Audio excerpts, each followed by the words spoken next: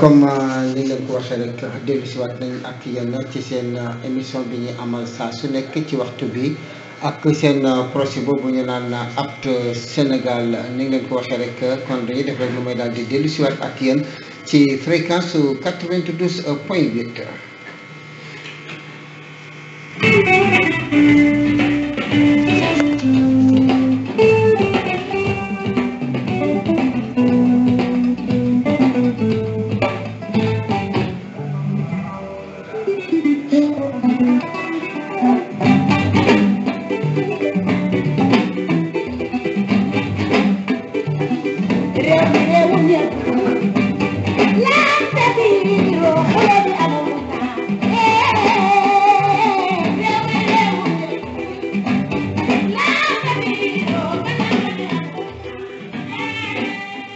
asalaamaaleykum mbokk yi déglu rajo Rural bu Ñaan FM fréquence bi di 92.8 kaddu gi jógee fii ci Koumpentoum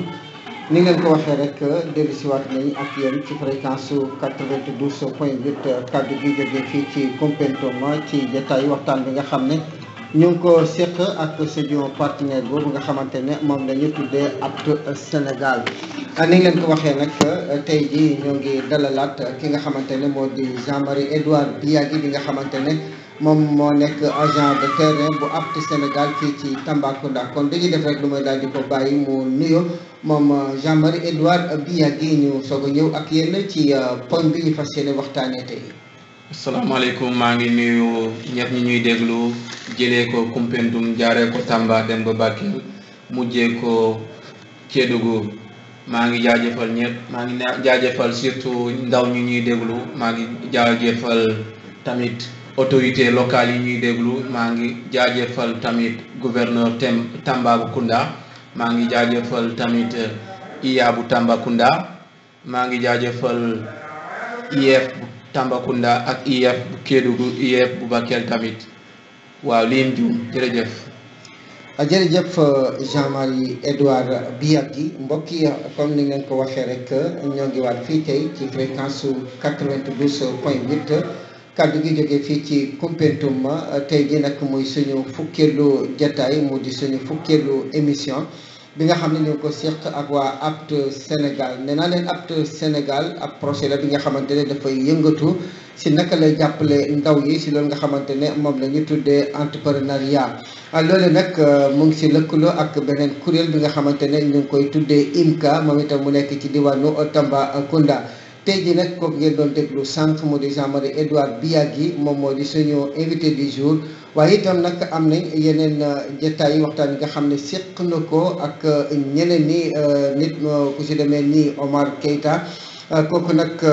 formateur la foofee ca centre Don Bosco bu Tambacounda. El Hadj Malick Mboup moom commandant la nekk ci aéroport bu Tambacounda ak ki nga xamante ne moo di Niakhalin Coulibaly moom itam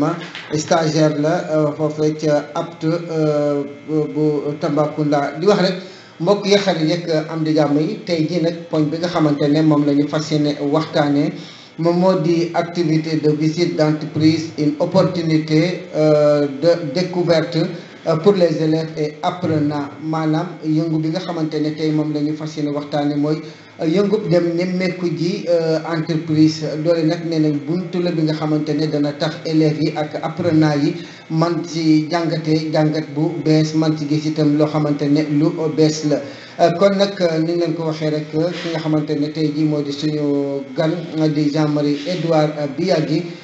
dina dalal ñooñu nga xamante ne ñoom lañ leen fi limal sànq si ay détails waxtaan yoo xamante ne dinañ leen ko dëgtal kon dañuy def rek lu mooy bàyyi suñu technicien mu dëgtal ñu tuuti rek tëgg ak wéy ñu daal di ñëw ak yéen.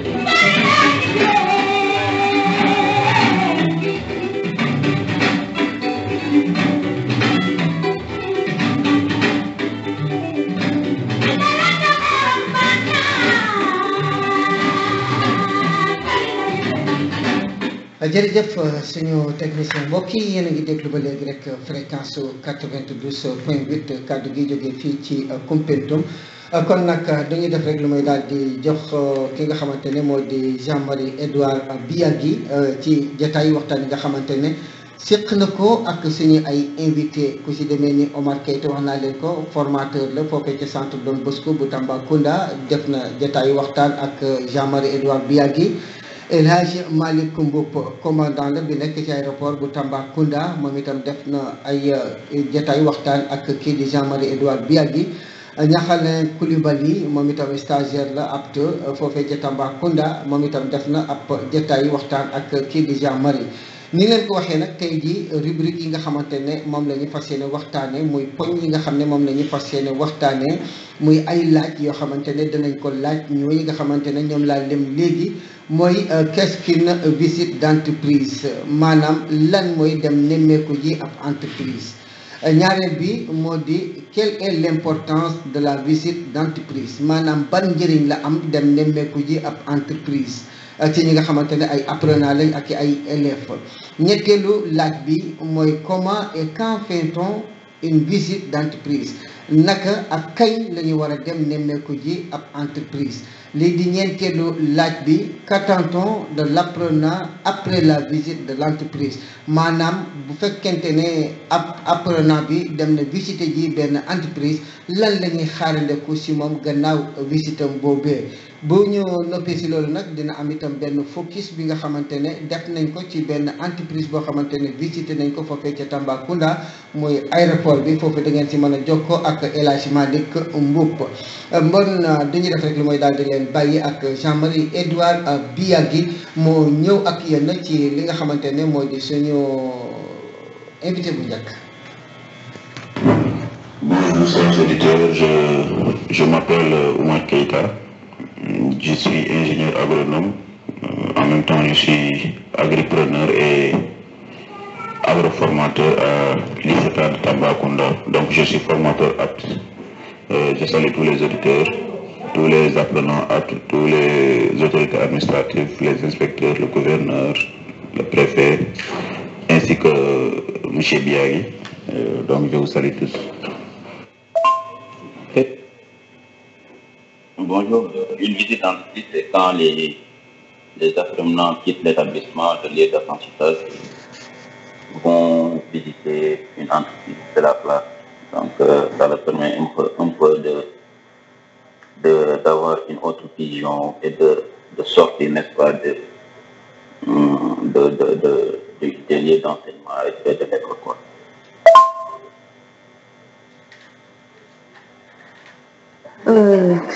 La visite d'entreprise, c'est d'aller découvrir l'endroit qu'on peut travailler après la formation. C'est-à-dire quand on fait une formation, on rêve de travailler dans une entreprise. Donc, avant même de terminer la formation, on va aller découvrir l'entreprise qu'on veut travailler. kon nag yéen a ko déggandoor loolu nag mooy li nga xamante ne moo di suñu poñ yu njëkk yi nga xamante ne kii di Jean-Marie Edouard Biagui waxtaan na ko ak ñooñu nga xamante ne ñoom la séqal kon du ñu def rek lu mooy daal di dellu ci waat ak Jean-Marie ak boppam gannaaw bi nga xamante ne def nga ay jataay waxtaan ak naataango yooyu nga xamante ne ñoom ñoo nekk foofee ca Tambacounda. léegi nag dañu lay daal di jox kàddu gi rek lan nga ci yokk ci ñooñu nga xamante ne jot nga jokkoo ak ñoom ak li nga xamante ne jot nañ la ko wax ci visite d'entreprise. voilà maa ngi leen di nuyu encore di leen di jaajëfal ñooñu ñu ma jot a interviewé démb nee nañu visite d'entreprise su ma tàmbalee ci Keita mu di agroformateur ca ISETA Tambacounda nee na ndaw ñi suñu jàngee ba pare après la ñuy defi visite te effectivement c'est ça la bonne réponse ndaxte soo defee visite day fekk ne yow am nga aperçu si yow lu ngay dem visiter ji xam nga lu ndaw si lu ngay dem visiter te tamit nekkul da ngay dem visiter pour visiter da ngay visiter pour performer wu pour nga gën a yokk sa xam-xam te ñaaxaleen tamit nee na visite d'entreprise mooy activité bu élèves yi di def pour ñu mën a def pratique ndaxte ci classe yi dañuy jàng seulement théorie te théorie bi doyul dara da ngay dem ci terrain bi nga mën a xam te defe naa ne suñu mënee tamit joxe définition visite d'entreprise mooy loolu dañuy may xale yi dañ leen di may ñi mën a xam lan mooy entreprise ñi mën a xalaat tamit entreprise kon nii lay demee ñi mën a am tamit gis-gis ci liggéeykatu entreprise yi nan la ñuy mel lu ñuy solu soo eggee ci entreprise bi looy njëkk a def ndaxte soo jëlee entreprise bu mel ni aéroport soo fa eggee takk da ngay njëkk a dem fu ñuy naan accueil vigile yi ñoo fa nekk dañuy lay visiter xam ndax yow lu nga sol wala li nga indi amu fa dara li nga xamante ne mën na yàq foofu lu mel ni bombe vigile yi daal ils sont chargés de sécuriser soo fa jógee nga dem ci salle d'embarquement bi su nekkee da ngay tukki ji da ngay dem foofu noonu ak say bagage ak tamit say passeport su nekkee am nga passeport wala tamit sa ticket parce que sa billet moo lay permettre nga voyager soo fa eggee loolu ngay présenter après ñi def fouille bi tamit ñooñu tamit am na ay agents yu fa nekk ay agents yu nga xamante ne loolu mooy seen liggéey dañuy def fouille bi dañuy jaarale sa bagage yi ci benn machine yow mi tamit dañuy jël benn machine jaarale ko sa yaram ñu xam da amuloo leneen lu nga yor sa yaram lu nga xamante ne loolu permettre ñu ko ci biir avion bi soo ci jógee nga patienter parce que mën na am tamit vol bi duñu egsi am na ñeneen ñi nga xamante ne ñooñu ñooy chargé pour coordonner voyage avion yi am na ñi nga xamante ne ñooñu ñooy coordonner pour ñoom ñooy chargé wu pour enregistrer appels yi enregistrer tamit communication yi ñoom ñooy les techniciens ñoom ñooy yor machines yi yu nga xamante ne yooyu ñooy tax ñëpp ñi nekk ci aéroport yi mën a communiquer waaye lu ci gën a am importance ci aéroport bi mooy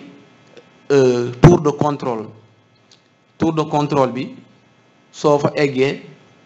moo benn bâtiment la bu nga xamante ne dañ ko tabax tax te mu kawe de un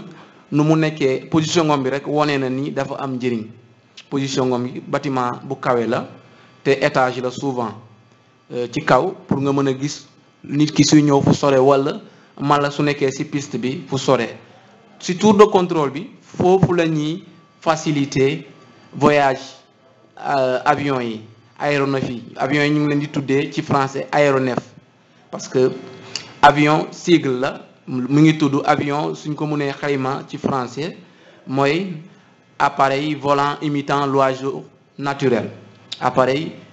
volant imitant l'oiseau naturel léegi appareil boobu noonu aéronef boobu noonu suy nekkee ci kaw contrôleur aérien bi moom mooy chargé wu di décollage à l'atterrissage moom moo koy guider moom mooy communiquer ak ku nekk ci biir avion bi kooku la ñuy tuddee pilote bi moom day communiquer ak agent bu nekk ci tour bi agent bu nekk ci tour bi da koy won piste bi ndax heure bi mun nga wàcc ndax le ciel est nuageux ndax amul nuage yu nekk ci piste yu nekk ci kaw yu mën a tax yow doo gis yoon bi bu baax ndaxte avion tamit dafa am yoon comme oto nu mu amee yoon comme bateau tamit nu mu amee yoon avion mun nañu nekk ci kaw fukki avion te duñu laalante ndaxte bu nekk am na yoonam ci gàttal loolu mooy visite boobu buñ ko defee mooy permettre mooy may ndaw ñi xam bu baax lan mooy aéroport ren Tambacounda yemuñu ci visite yooyu yëpp ci visite aéroport bi def nañu visite Sénélec bu Tambacounda visité nañu lu gën a man li ma gën a impressionné lu ma ci gën a jàpp sax mooy sécurité bi soo egsee parce que bépp agence dafa am sécurité soo egsee soo solulee dàll soo solulee bot wala chaussure de sécurité doo mën a dugg ba ci biir foofu rek ngay yem sa visite foofu naka jak foofu lay jeex ndaxte doo mën a dugg sécurité bi rek moo ma ci gën a neex soo ci jógee am na yeneen je vais pas du ma fi nekk di dellu si parce que am na yeneen poñ yi ñuy xaar mais di naan tamit visité nañu Sodefitex gis nañu Sodefitex nu ñuy liggéey nu ñuy transformer produit yi vraiment dafa am art bu extraordinaire sax parce que produit bu ngay gis ni comme par exemple soo jëlee dugub ñi transformer ko couscous wala ñi transformer ko beneen produit dafa garaaw ñoom rek ñoo mën a def seen liggéey lu dul di leen di jaajëfal encore parce que ndaw ñi visite yooyu da leen permettre encore ñu xam lan mooy entreprise lan lañ fay liggéey te tamit nan ngay def ba visiter entreprise nañu dellu si point yooyu ci kanam mais déjà nee naa leen visite d'entreprise dafa am importance ci ndaw mi parce que da koy may encore mu xam lan mooy entreprise jërëjëf. jërëjëf Jean-Marie Edouard Biagui foofu dafa am beneen question bi nga xamante ne dinaa ko fa poser ngir mu gën a leer sànq suñu invité bi dafa wax ne muy Omar Keita dafa wax ne li tax ngay dem di visiter benn entreprise dafay fekk nga jàng njëkk soo jàngee ba pare dem ci entreprise bi visiter ko dana tax mu yokk sa xam-xam bon tey nag ngeen tànn lu demee ni Sodefitex tànn itam lu demee ni aéroport bi nga xamante ne moom moo nekk foofee ca Tambacounda tànn itam lu demee ni centre Don Bosco bu Tambacounda lu tax choix ñetti entreprise yooyu ndax da ngeen am ay apprenants yoo xamante ne dañoo coopté pour nekk ci aéroport yi di liggéey wala dañoo coopté pour nekk Senelec di liggéey wala dañoo coopté pour dem ci centre de formation yi. voilà ñun projet bi suñu mbébét mooy ndaw ñi ñëpp ñi liggéey tey jii nii soo gisee ñu dem aéroport ñu dem Sodefitex ñu dem Senelec ndaxte dafa méngoo ak lu ñuy jàng ci classe yi soo jëlee exemple nañu tàmbale ci Don Bosco centre la dañuy def mécanique dañuy def électricité tamit dañuy def soudure dañuy def métallique automobile Don Bosco tey ndaw yu fay jógee am nañu seen place Senelec bu Tamba lu tax am nañu seen place ndaxte lu ñuy jàng ci biir Don Bosco matière yu ñuy jàng électrotech filière bi mi ngi tudd électrotechnique loolu lu ñuy jàng dafa méngoo ak waa Senelec lu ñuy def bañ nañ ko ba ñoom ñii sax suñuy jàngi dañuy mel ni ñu nga xam te ne ñu ngi ci biir entreprise dañuy sol ay dàll yu ñuy naan chaussure de sécurité suñu nekkee ci atelier yi parce que Don Bosco dafa am atelier dañuy sol ay casque pour weñ su daanuwee bu mu la gaañ ci bopp bi dañuy sol tamit uniforme parce que waa Senelec dañu am ay yére yi nga xam te ne yooyu pour liggéeykat bi ISETA ñoom tey dañuy def audiovisuel te xam nañu aéroport tey jii nii dafa soxla loolu dafa soxla audiovisuel dafa soxla technique ISETA dañuy def technique dañuy def audiovisuel te nee naa la ñëpp ñu ngi xam te ne aéroport ñoom ñooy yëngu ci wàllum communication ñoom ñooy yëngu ci wàllum maintenance ñooñu ñu mun nañ leen fekk tey ISETA waa ISETA dañuy def filière yooyu donc ndaw ñi nekk ISETA tey da leen visite bu ñu def aéroport da leen may encore ñi mën a gis leneen li nga xam te ne jànguñu ko peut-être classe ba ñu gis ko biir aéroport suñu jëlee Sodefitex moom mooy visite sax bu ñu njëkk a def ren ji ci Tamba ak waa CFP Tamba te dañ fa egg ndaw ñi dañu daan heureusement bés boobu dafa fekk ñu fekk fa directeur bi moo ñu dalal mu woon ñi nu ñuy defee décor égrenage nu ñuy égrener mu woon ñu tamit processus bi nan lay demee parce que ay machine la machine bi mooy xar machine bi mooy mooñ machine bi mooy suusal machine bi mooy weeral processus la ba conditionnement foofu la ñuy produit foofu ngay fekk produit fini yi nga xamante ne yooyu transformé nañ leen ba pare léegi lu dul dañ leen di empaqueté ñu yóbbu leen ci marché bi pour jaay leen ndaw ñi nekk CFP Tamba loolu la ñuy jàng dañuy jàng transformation dañuy jàng tamit alimentation de manière générale dañuy def restauration mais tamit dañuy def agriculture tey jii nii buñ fa eggee ñoom si dañ ci gis seen bopp ci liggéey boobu loolu laa am ci lu gàttal lu ma lay tontu jërëjëf. merci beaucoup Jean-Marie Edouard Biagui mbokk yi yéen a ngi déglu ba léegi rek fréquence su 92.8 kaddu gi jógee fii ci Koumpentoum ñu fàttali leen li nga xamante ne moo di numéro Calbas aux lettres bi 77 la 807 95 14 77 807 95 14 numéro boobu nag li tax ñu di leen ko jox mooy bu fekkente ne yaa ngi déglu émission bi am laaj yoo xamante ne da nga ko bëgg a laaj man nga yónnee sa message moo xam message WhatsApp la nga daal di ko yónnee ci numéro boobu incha allah bu émission bi jeexee prochaine émission bu ñu ñëwee kii di Jean-Marie Edouard Biagui dina tontu li nga xam ne moo di sa laaj loolu moo tax ñu daal di joxe li nga xam ne mooy numéro Calbas aux lettres bi waaye itam am na beneen numéro muy 77 531 58 44 77 531 58 44 ni ma leen ko waxee rek rubrique 1 moom la ñu jeexal sànq kon du ñu def rek damay daal di déglu tuuti tëgg ak wéy daal di dellu siwaat ak yéen si suñu rubrique 2.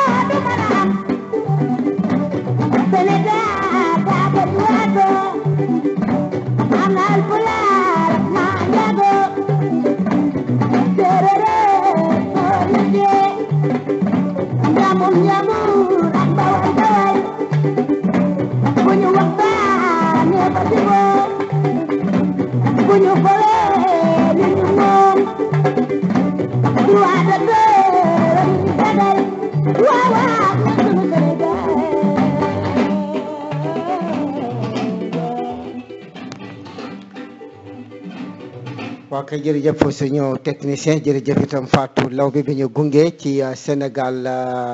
benn bopp la kon nag mbokk yi ba léegi rek ni leen ko waxee yéen a ngi déglu fréquence su 92.8 kaddu gi jógee fii ci Koumpentoum kon dañuy def rek lu mooy daal di àndaat ak Jean-Marie Edouard Biagui agent de terrain APT Sénégal fii ci Tambacounda si li nga xamante ne moo di suñu ñaareelu tomb mu di quelle est l'importance de la visite d'entreprise maanaam ban njëriñ la am dem nemmeeku ji ab entreprise. Donc la visite d'entreprise, donc son importance c'est que ça permet aux apprenants quand même de s'imprégner, n'est-ce pas, de ce qui se passe dans le milieu professionnel, donc de quitter déjà leur établissement et de savoir comment marche le milieu professionnel. Donc l'histoire d'un peu s'habituer, n'est-ce pas, au monde professionnel pour faciliter leur intégration, pour de potentiels stages, pour contrats donc, de travail. Donc, faire des visites d'entreprise est d'une importance capitale, n'est-ce pas, pour le bon déroulement, n'est-ce pas, de la formation, mais aussi de la culture d'entreprise pour l'apprenant.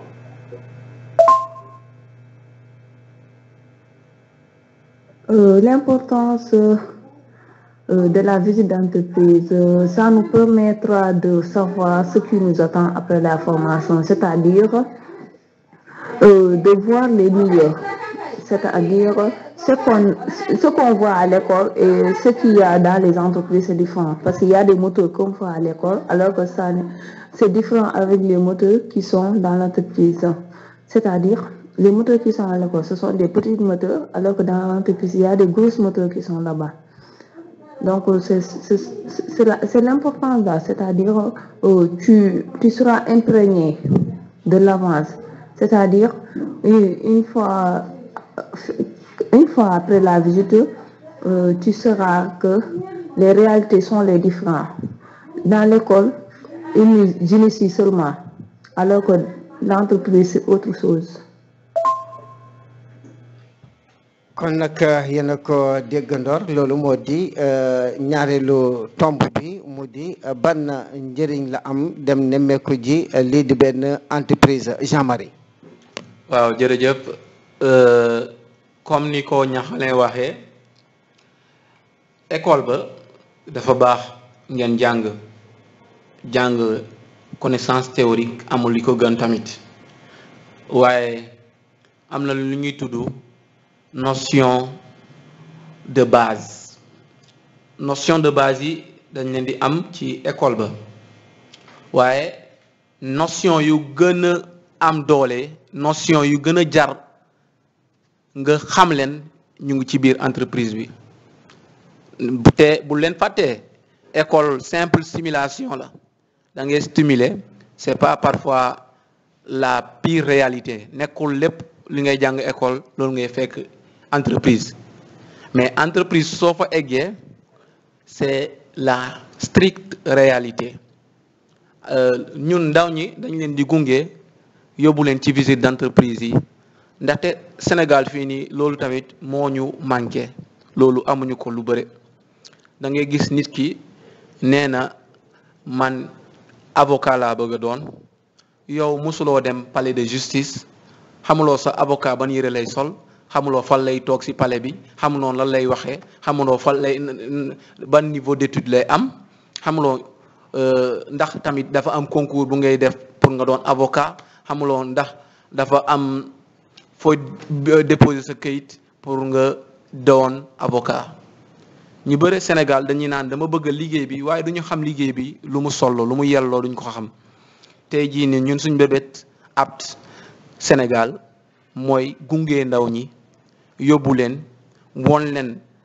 entreprise nu mu mel won leen entreprise lan lay laajte entreprise lu mu bëgg soo jëlee encore aéroport ndaxte tey jii nii ñëpp bëgg nañ tukki waaye soo eggee ci biir aéroport nekkul ne avion rek nga fay fekk su nekkoon avion rek nga fay fekk kon day yomb trop soo eggee aéroport déjà hall bi am na ñu fay nekk ñooy vigile bi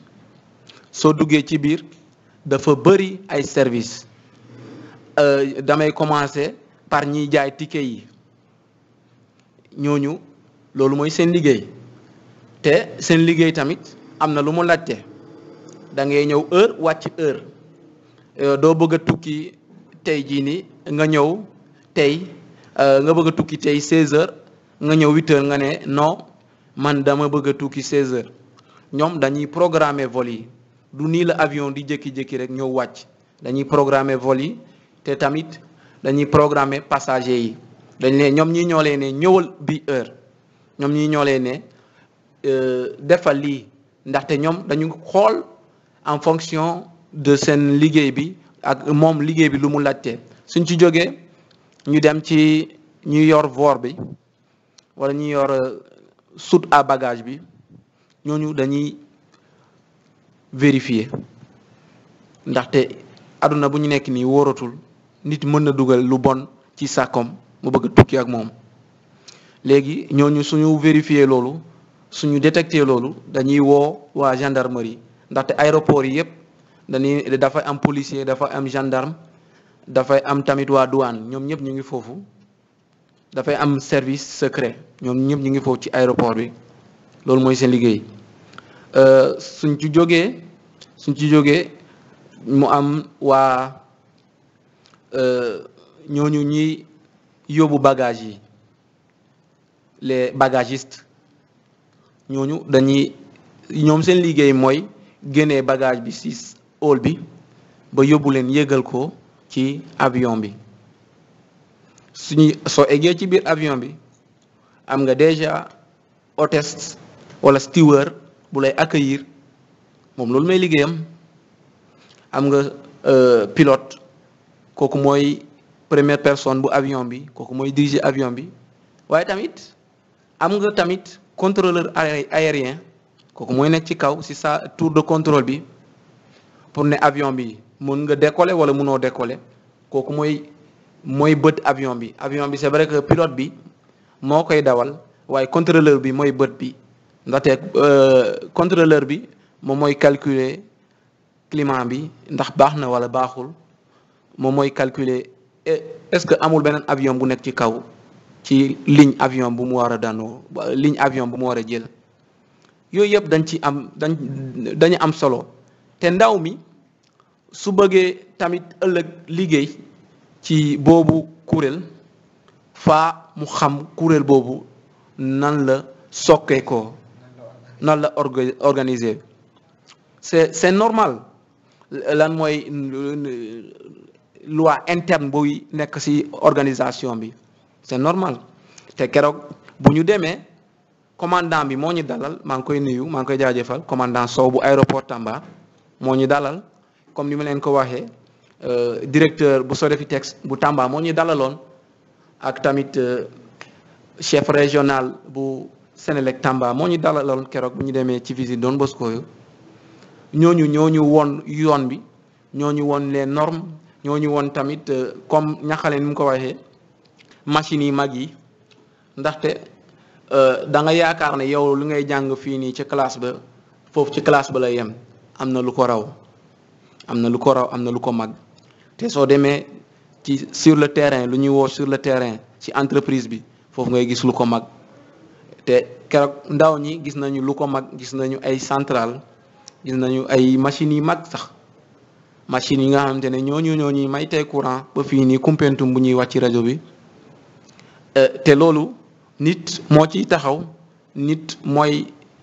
chargé wu entretien machine boobu parce que machine boobu suñ ko bàyyee moom donc su fayuwee su fayee wala su amee benn panne rek là ñëpp dañuy nekk dans l'erreur parce que ñëpp a soxla tey courant waa hôpital waa aéroport ñëpp fépp foo laal soxla nañ courant encore une fois loolu la amoon lu ma lay waxal ndaw Assane te pour ne la que visite d'entreprise dafa am importance bu mag te dinaa bàyyi ci yeneen rubrique yi ma gën a faram-fàccee ci lii nii ci thème bu tey bi. jërëjëf Jean-Marie Edouard Biagui mbokk yi ba léegi rek yéen a ngi déglu fréquence 92.8 Jean bàyyaguma la ci tomb boobu damay wéer rek sama laaj gën a xóotal tey jii boo waxee nga ne ndaw ñi kon dafa mel ni ñi nga xamante ne ñoom la apte di jël di leen defal ay stage di leen former ci wàllu ko entreprise dafa am benn tranche d'âge bi nga xamante ne moom la ñuy jël tey jii bu fekkente ne yaa ngi lëkkaloo ak apte ngir def li nga xamante ne moom moo di stage ban at maanaam ban âge la ñuy jël ak ban âge la ñuy yemale seeni apprenant parce que nag bu fekkente ne tey dañuy waxante dëgg rek li ñuy wax fii yëpp mag mënu ko ndaw moo ko man à partir de quel âge si la apte di jël. jërëjëf question bi am na solo à partir de quel âge la apte di jël apte amul âge. lu tax amul âge ndaxte ñun dañuy liggéey ak ñaari type d'apprenants il y a les élèves et les apprenants qui sont dans les centres de formation professionnelle et nous avons aussi am nañu ay élèves comme ni mu ko waxee am nañu ay lycéens am nañu ay universitaires aptité yi ñu nekk ci CMI ñooñu nekkuñu di def stage ñooñu ay xale yu ndaw lañu seen âge mun naa ko xayma fukk ak ñaari at ñeneen nañ am ak fukk ak ñetti at parce que ñuy def 6e collège la ñu nekk di liggéeyal ak waa 5e ndaxte ren ji ñu ngi suñu 2e année ci CMI déwén la ñuy am 4e mooy 3e année léegi suñu ñëwee ci ñu nekk ci centre de formation professionnelle yi centre de formation professionnelle yi mun nga fekk foofu noonu ndaw bu am ñaari fukk at wala li ko ëpp ndaxte nekkul centre bu nga xamante ne dañuy naan kii de fukk at la am donc foofu la ñu mën a yem ci moom wala bu ñu am fukk at ñoom rek ñu wala jëri ci centre bi déedéet ñu nekk ci centre yi yow yaay xool yi nga bëgg a def yow yaa xam lu mel ni ñaw lu mel ni mécanique lu mel ni restauration lu mel ni comptabilité lu mel ni génie civil ndaxte ñun yemuñu ci centre de formation professionnelle ñun ñu ngi ci lycée yi comme nu mu leen ko waxee te génie civil dañ koy jàng ci lycée yi te soo demee tamit ci lycée yi am na ñuy def lu ñu tuddee CAP c'est-à-dire ñooñu am nañu seen diplôme ba pare am nañu am seen bac ba pare comme ñu nekk ci lycée technique ñuy def comptabilité ñooñu am nañu seen bac ba pare dañuy def 2 ans après ñuy def examen de sortie soo demee ci ñooñu mën nga fekk ko am ñaari fukk at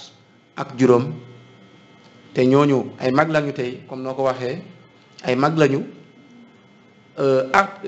ci gàttal apte amul critère amul nombre d'âge newul âge bi la ñuy yemale ñun ndaw ñu ñuy liggéeyal ñun dañuy liggéey ak n'importe quel âge parce que professeurs yi ñoom tamit ay mag lañu te dañuy bénéficier wu ci projet apte dañ leen di former ci weer bu ñu nekk nii sax dinañu former ay professeurs sur les modules apte nañ leen jàngal nan ngay def pour nga mën a nekk apte tamit dinañu former ay chef d'établissement dinañu former tamit ay inspecteur dañ leen di former waat recyclage loolu yëpp soo ko seetee apte ñëpp lay liggéeyal tey day liggéey ak ndaw ñi day liggéey ak mag ñi amul ku mu bàyyi apte daal dafa apte pour ñëpp jërëjëf. merci Jean Marie Edouard Biagui mbokk yi ba léegi rek yéen a ngi déglu fréquence su 92.8 kaddu gi jógee fii ci Koumpentoum loolu moo di laaj ak tontu yu tukki woon ci ñaareelu tomb bi mu di lan mooy njëriñu dem nemmeeku ji benn entreprise kon nag dañuy def rek lu may daal di delloowaat kaddu gi suñu technicien mu dégtal ñu tuuti tëgg ak wëy ñu daal di ñëw ak ci suñu ñetteelu rubrique bi mu di comment et quand fait-on une visite d'entreprise kañ ak naka la ñuy defee visite ci entreprise.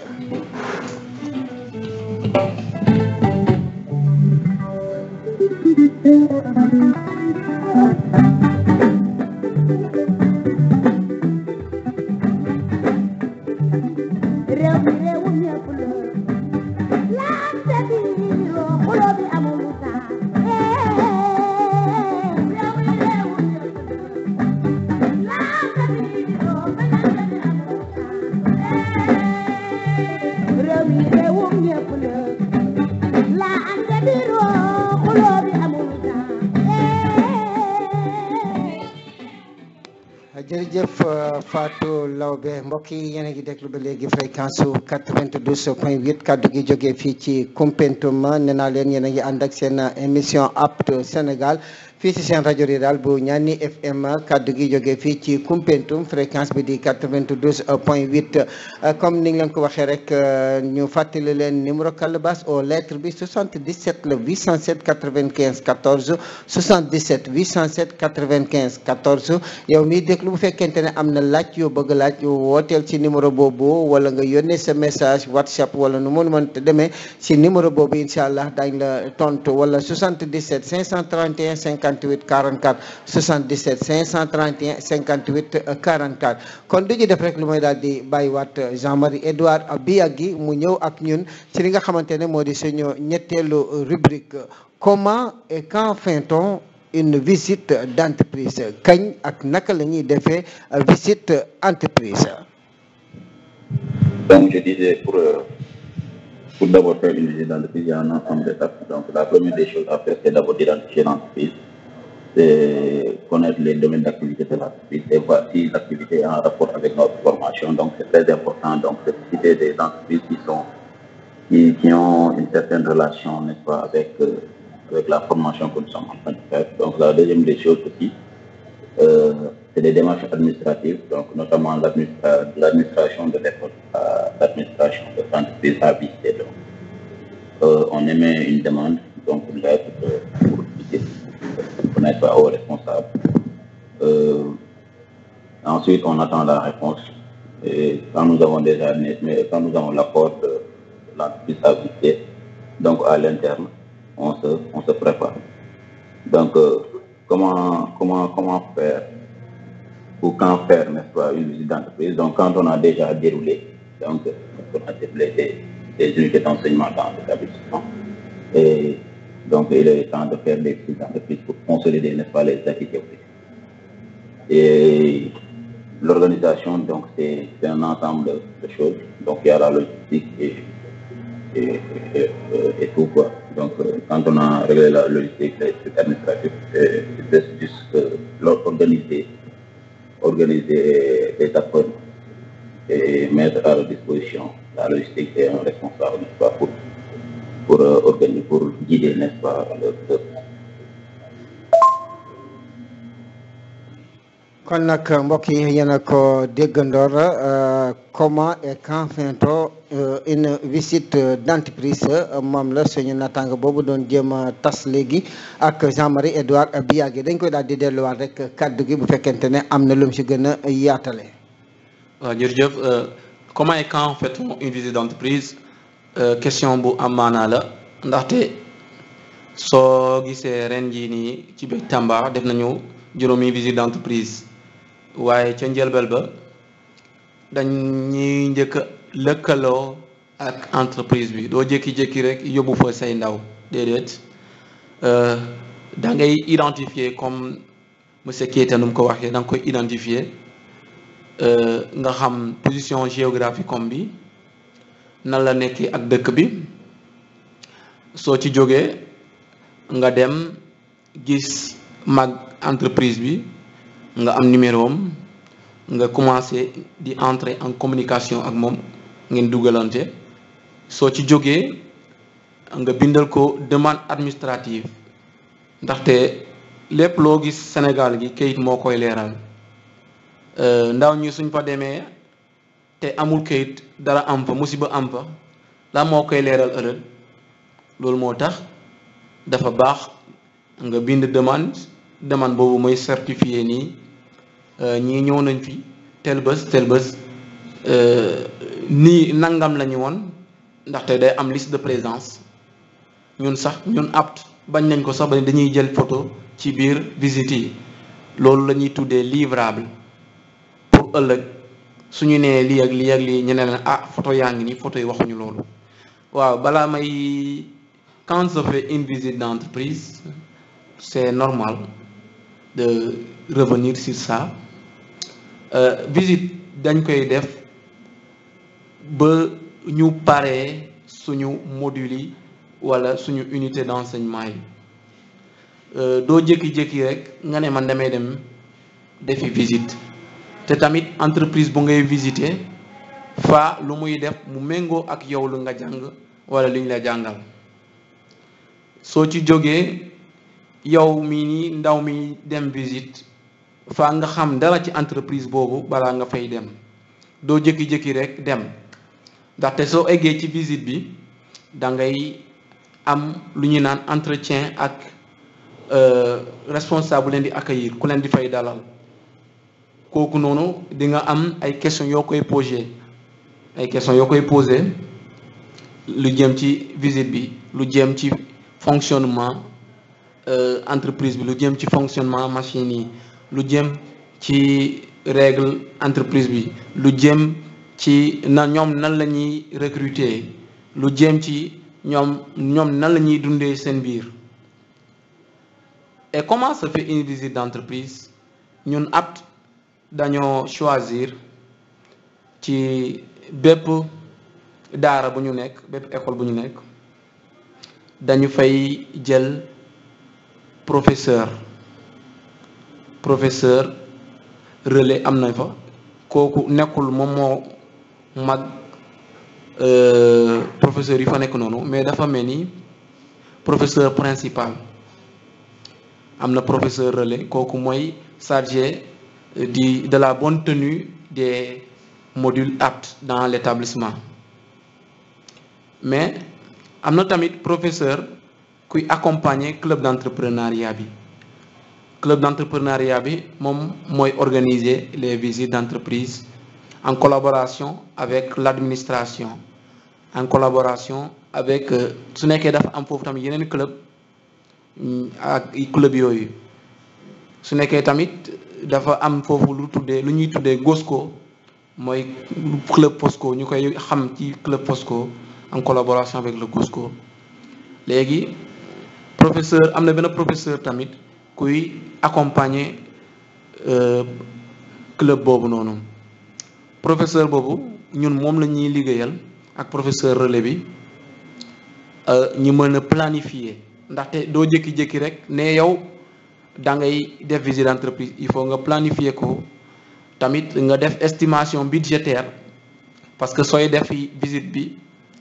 il n'est pas dit que léegi entreprise bu ngay visiter dafa jege yow école bu nga nekk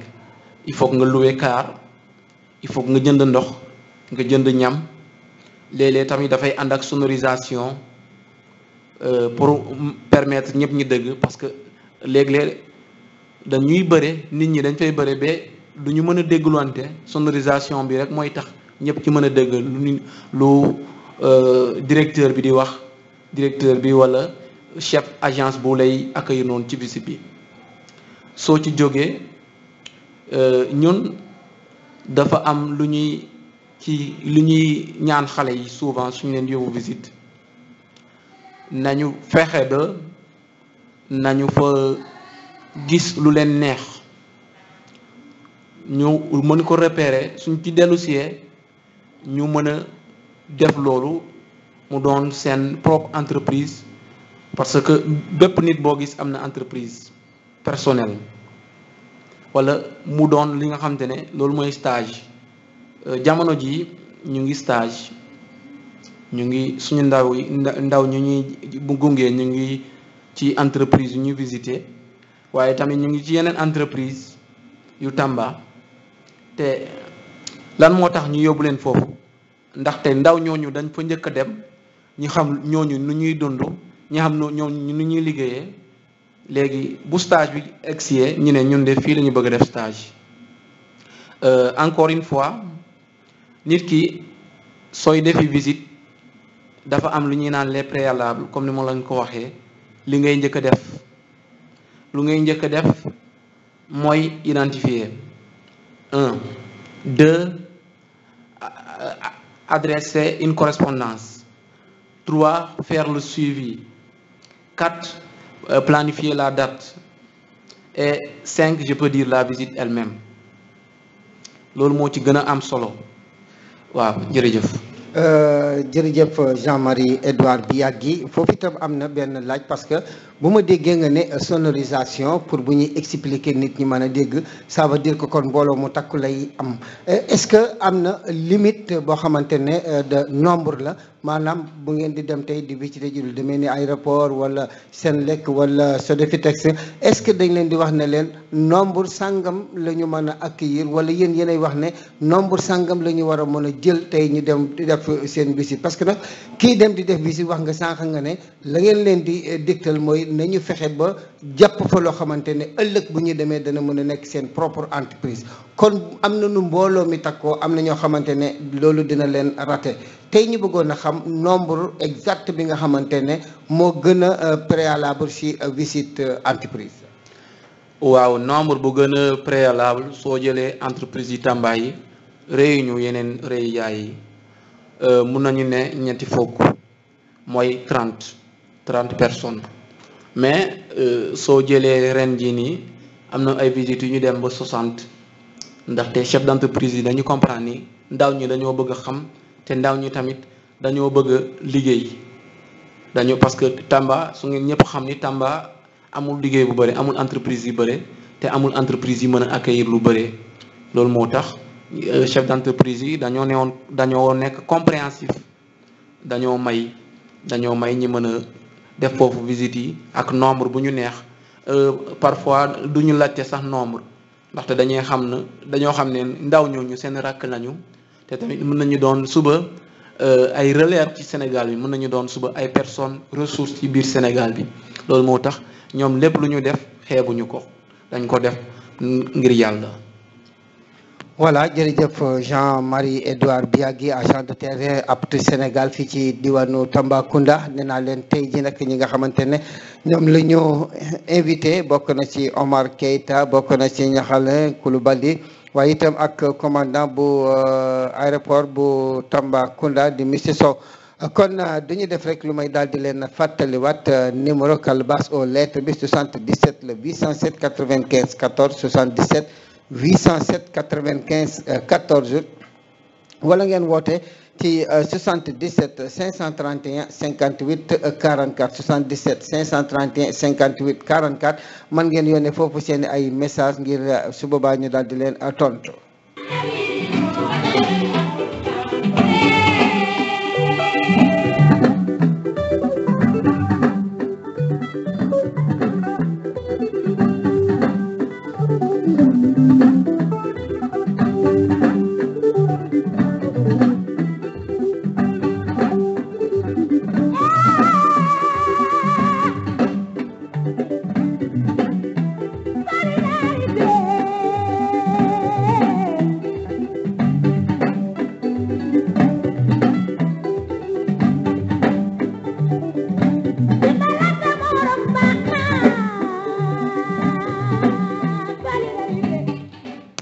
jërëjëf Fatou Laobé yaakaar naa ne loolu si la APT Sénégal nekk nee na dimbalanteeg sa morom baax na solidarité loolu yaakaar naa ne si la APT nekk di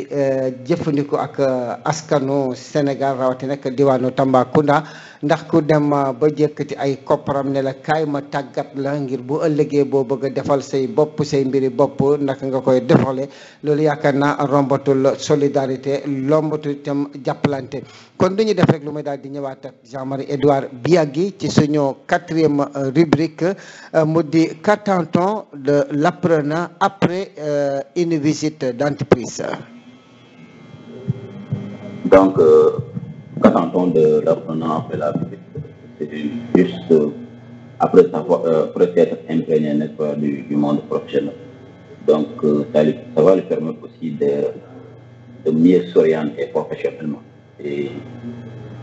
mieux savoir qu'est-ce qu'il va faire, n'est-ce pas, après la formation. Donc d'où l'importance de visiter beaucoup d'entreprises. Donc quand on visite beaucoup d'entreprises et qu'on sait dans chaque entreprise quelles sont les activités qu'on fait, donc ça nous permet, n'est-ce pas, de nous orienter pour les stages et aussi pour le projet professionnel. Donc ça permet, n'est-ce pas, de clarifier, n'est-ce pas, l'orientation de l'apprenant.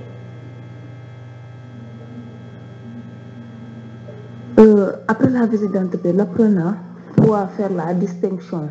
entre l'école et l'entreprise, c'est-à-dire ce qu'on apprend à l'école et ce qui est dans l'entreprise. C'est-à-dire les deux réalités sont un peu différentes. Parce qu'à l'école, ils nous donnent seulement des théories. Ils nous apprennent comment le faire. Alors que dans l'entreprise, là-bas, c'est le pratique. voilà kon nag yéen a ko déggandoor nee na li nga xamante ne moom moo di entreprise pour dem visiter ji ko dafa am solo ndax nag ci li nga xamante ne moo di école ba da ngay jàng rek mais fële moom boo demee dañ lay wan nga jëf kon duñu def rek lu mooy delloowaat kaddu gi kii di Jean-Marie Edouard Biagui bu fekkente ne am na leneen lu mu ci leeral. waaw jërëjëf lu ñu wax loolu la visite entreprise suñ ko defee pour mën a tijji bët ndaw bi nekkul ne lu mu jàng classe loolu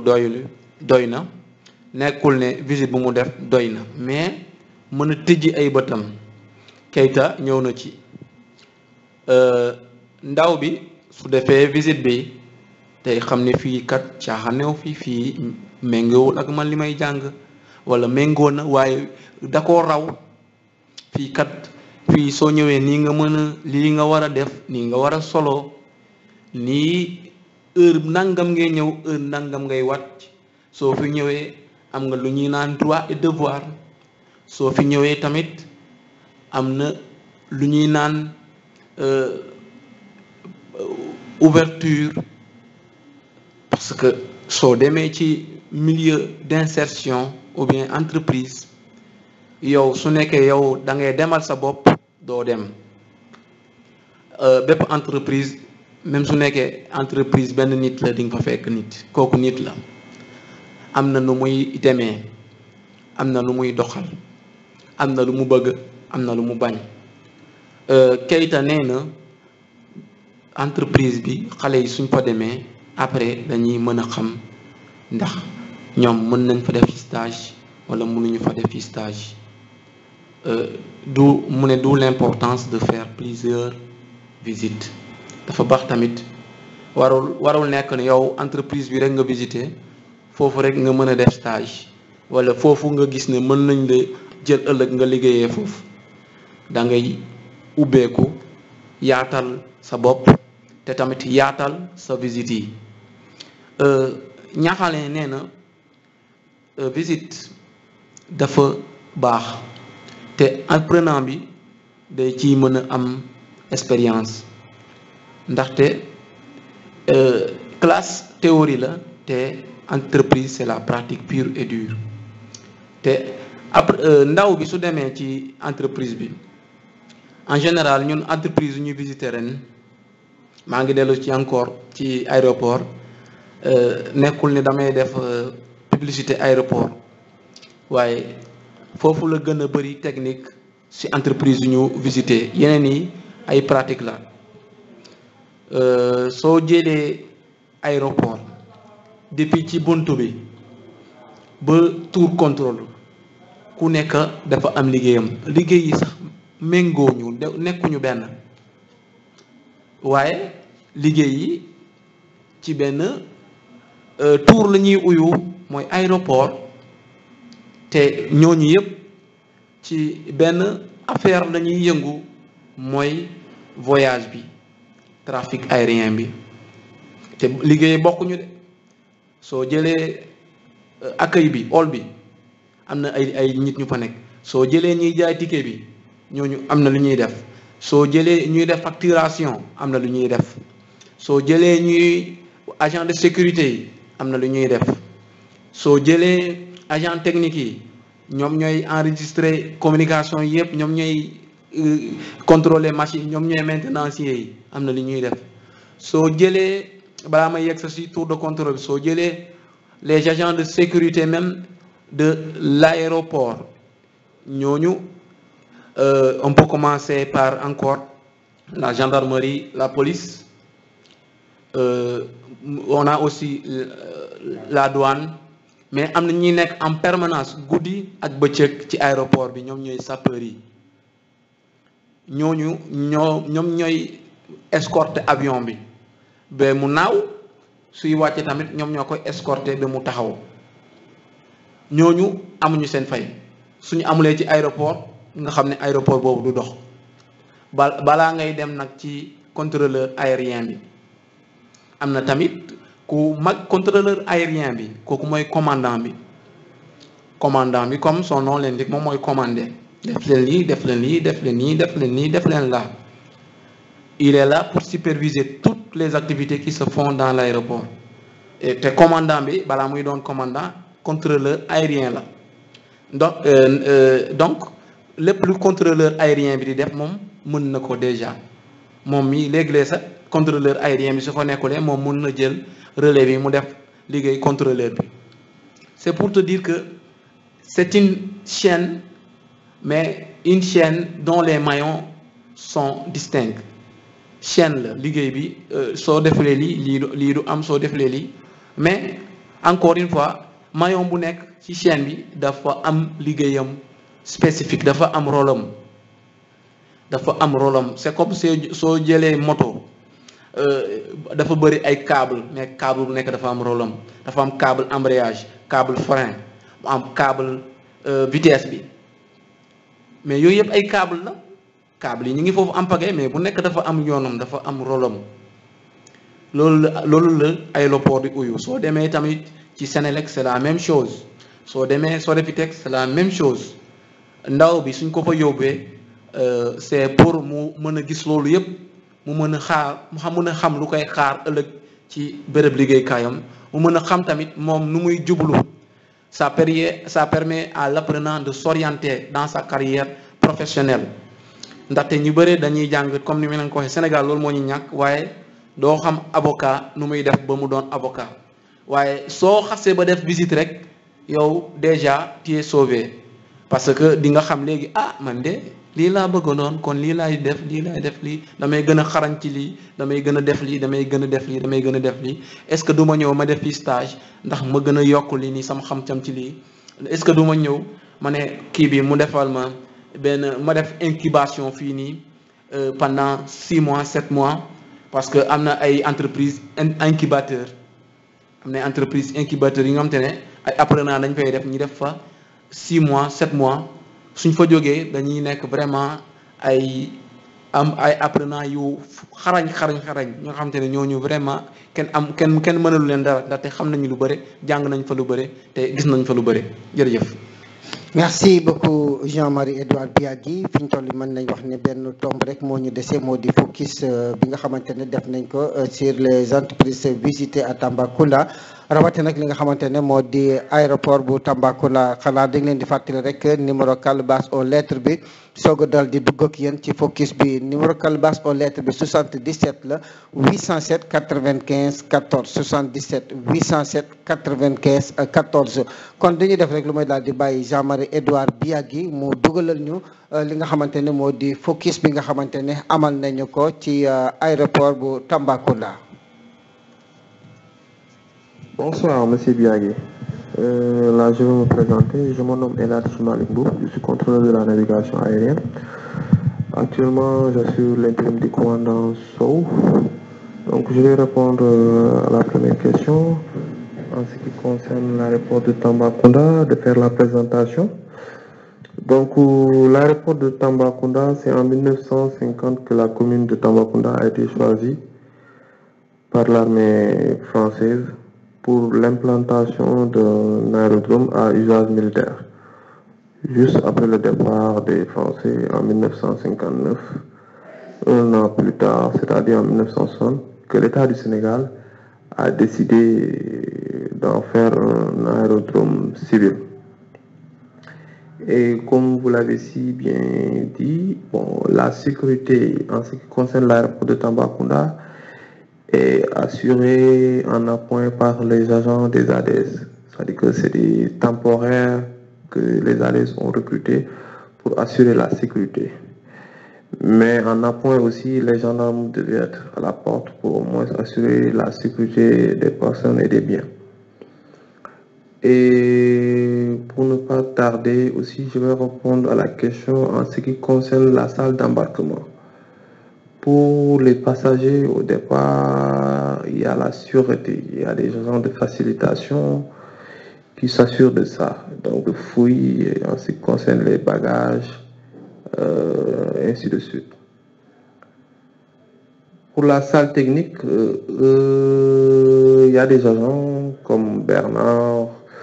M. Fall, de même que M. Sall. Eux aussi, ils font la maintenance des machines en ce qui concerne la VHF que les contrôleurs utilisent pour la communication entre le contrôleur et les avions. De même que aussi il y a le VOR, c'est une aide à la navigation qui permet aux avions de naviguer. Et de même que aussi le VOR indique aussi la route et le radial à prendre, parce que comme vous le savez, il y a des routes prédéfinies et que les avions empruntent pour destination.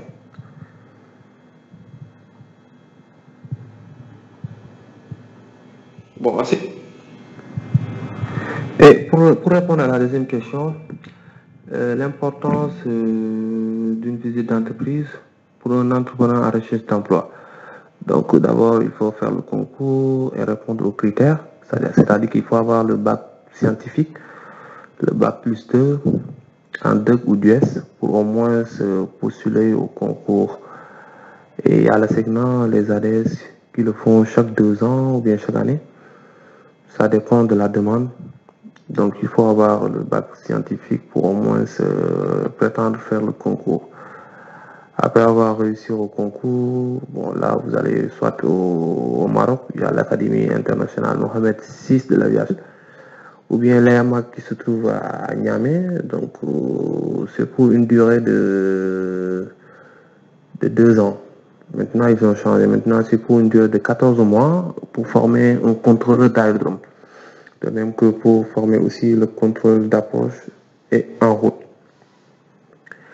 Et pour la promotion de l'aéroport de Tambacounda, c'est l'Agence nationale de la promotion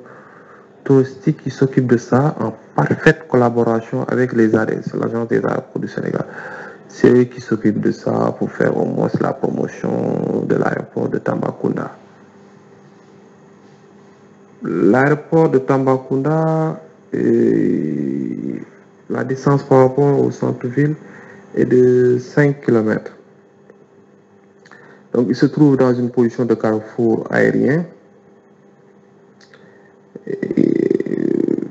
Il se trouve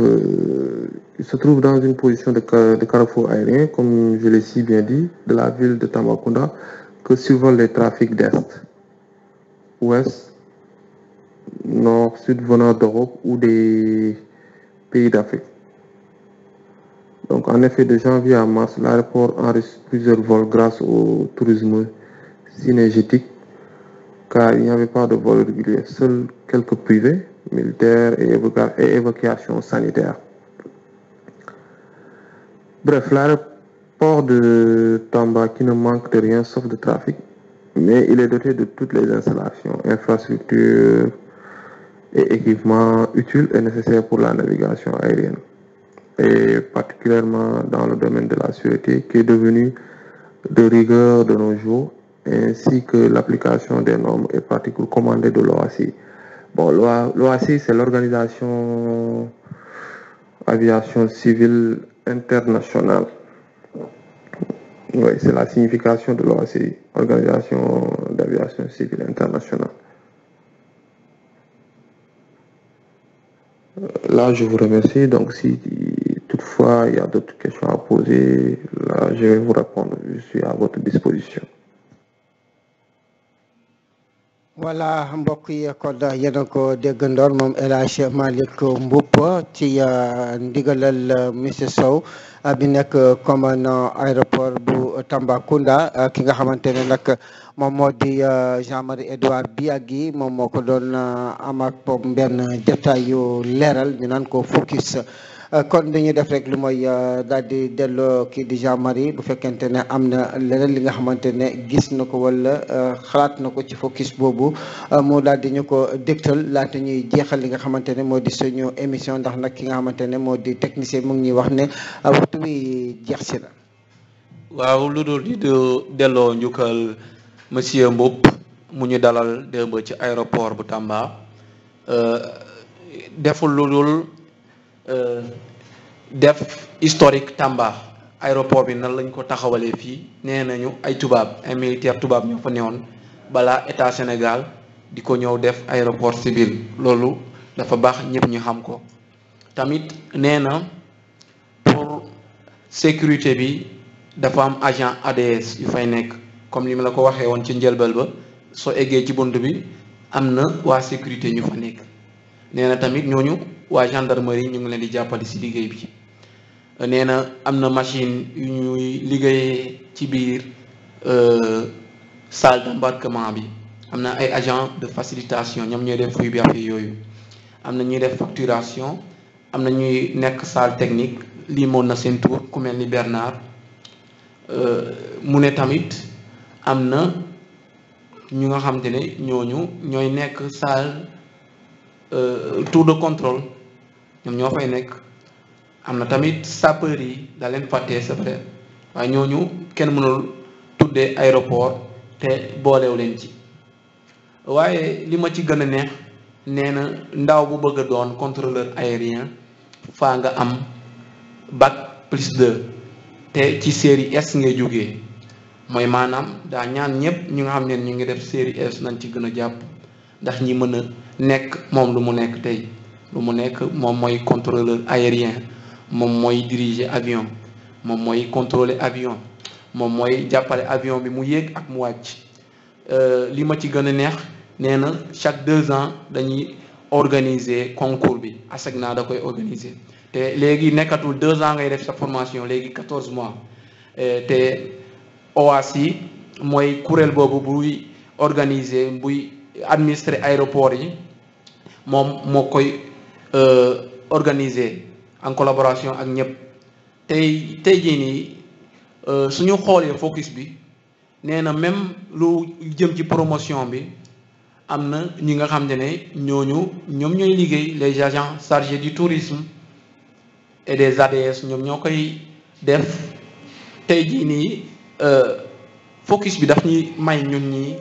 nga xam ne dañuy jàppale ndaw ñi ñu mën leen ne aéroport Tamba de ñoom am nañu lii lañ fay def lii ak lii lañ fay def kii lu mu def nii daal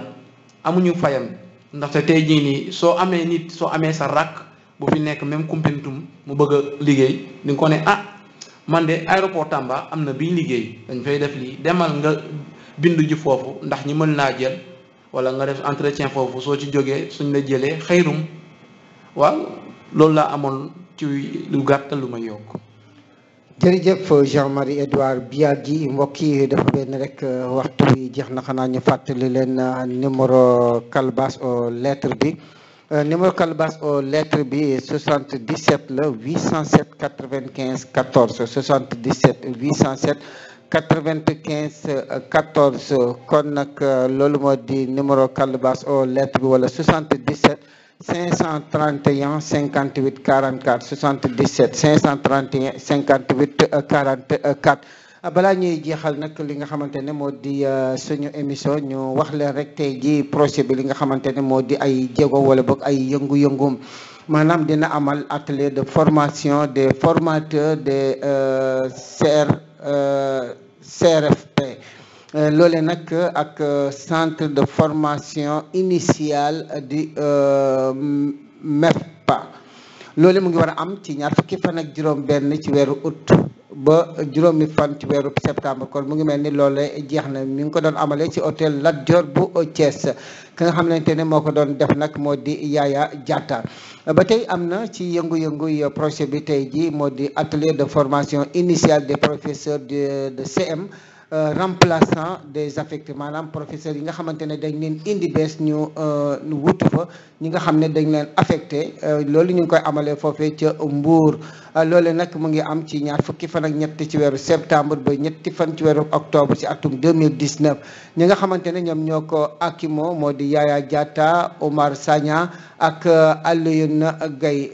ak Omar Sagna li nga xamante ne moo di atelier de formation des formateurs de CM de la 3e cohorte loolu nag mu ngi amee Sédhiou ka nga xamante ne moom moo koy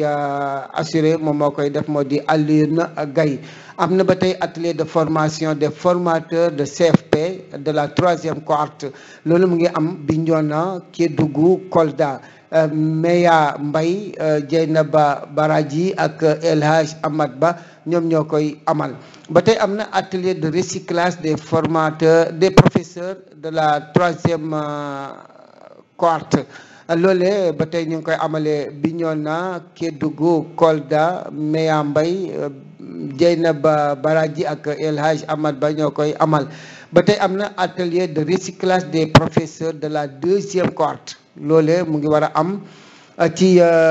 ñeenti fan ci weeru septembre ba juróom-ñeenti fan ci weeru octobre ñeenti fan ci weeru octobre ba juróom-ñeenti fan ci weeru octobre ci atum 2019 loolu ñu ngi koy defee Bambey Diourbel Sédhiou Ziguinchor Kédougou ba tey am na atelier de recyclage des formateurs de la deuxième cohorte loolu ñu ngi koy amalee ci dëkk yooyu muy Bambey Diourbel Sédhiou Ziguinchor Kédougou ñi ko fay def moo di Yaya Diatta Ibrahima Diallo Omar Sagna Aline Gaye Mea Mbaye ak Dieynaba Baraji loolu nag mbokk yi mooy yëngu yi nga xamante ne tey jii ci la projet APT Sénégal toll ak ñi nga xamante ne ñoo di ay professeur am ak ay apprenant kon nag dañuy def rek lu may fàttali leen ne incha allahu rabbi loolu moo doon suñu fukkeelu émission ak waa APT Sénégal suñu fukkeel ak benn émission nag incha allahu rabbi dinañ ko amal ni ki àllarba ba la ñu dëkkmal incha allahu rabbi loolu nag thème bañ sa fas yéene waxtaanee moo di ne lii di projet APT Sénégal une solution au défi de l'entrepreneuriat maanaam projet APT Sénégal pexe la bi nga xamante ne dafay daal di yëkkati rek pajtal yi nga xamante ne ñu ngi koy amal ci biir entreprise yi mu di entrepreneuriat kon mbokk yi loolu moom lañ leen doon dégtal ni ki tey ji ki nga xamante ne moom la ñu dalaloon mu di Jean-Marie Edouard Biagui di agent de terrain APT Sénégal fii ci Tambacounda moom itam nag mu am ñi nga xamante ne jot na toog ak ñoom ku ci demee ni kii di Omar Keita formateur la foofee ca centre Don Bosco ku ci demee ni El Hadj Malick Mboup foofee la contrôleur ca aéroport bu Tambacounda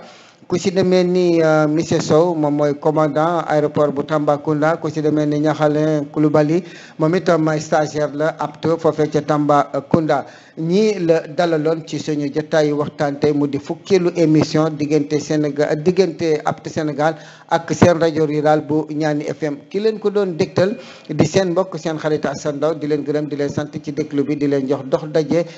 àllarba bi di ñëw ci waxtu bi.